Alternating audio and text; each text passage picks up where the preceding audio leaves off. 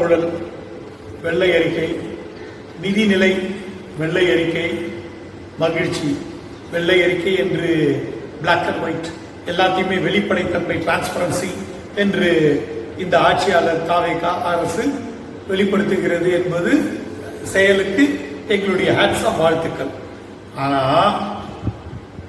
இதற்கான தீர்வு என்ன? நிதிநிலை அறிக்கை 13 கோடி ரூபாய் 0.18 கோடி லட்சம் கோடி ரூபாய் கடனிலே உள்ளது என்று சொல்லிவிட்டு வெள்ளை அறிக்கை தாக்கல் செய்து விட்டால் முடிந்து விட்டதா? அதற்கான தீர்வு திட்டங்கள் என்ன? நீங்கள் என்ன செய்ய போகின்றீர்கள்? இதையெல்லாம் நாங்கள் செய்து இந்த 13.18 கோடி ரூபாயை மீண்டும் 6 லட்சம் கோடி ரூபாய்க்கு நாங்கள் கடனை பாதியாக குறைத்து விடுவோம் என்று நீங்கள் சொன்னீங்கன்னா உங்களை கையெழுத்து கும்பிடலாம். என்னைக்குமே நீங்க தான் ஆட்சி சொல்லலாம்.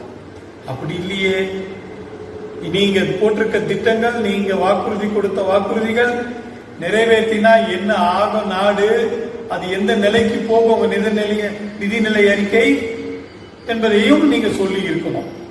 ஏன்னா எல்லா ஆட்சியாளர்களும் ஆட்சிக்கு வரும்போது சொல்றதுதான் நீங்களும் செய்திருக்கீங்க.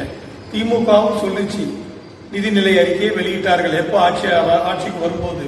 அதற்காக மேதாவிகளை, பொருளாதார மேதாவிகளை நிதிநிலை பராமரிப்புவதற்காக ஒரு 3 குழுவையும் அமைத்தது. ஆனா அப்புறம் அவங்க எல்லாம் என்ன பண்ணாங்கன்னே தெரியாது, எங்க போனாங்கன்னு தெரியாது. அவங்க எல்லாம் யார் இந்த நாட்டுக்குன்னு கேள்வி கேட்க வேண்டிய நிலையில இருக்கு. இதான் நிதிநிலை அறிக்கை. மின்சார வாரியத்தை வெள்ளை அறிக்கை விட்டுட்டீங்க. எப்படி கட்டணங்களை குறைக்க போறீங்க? என்ன திட்டம் வச்சிருக்கீங்க? என்ன சொல்லுங்க.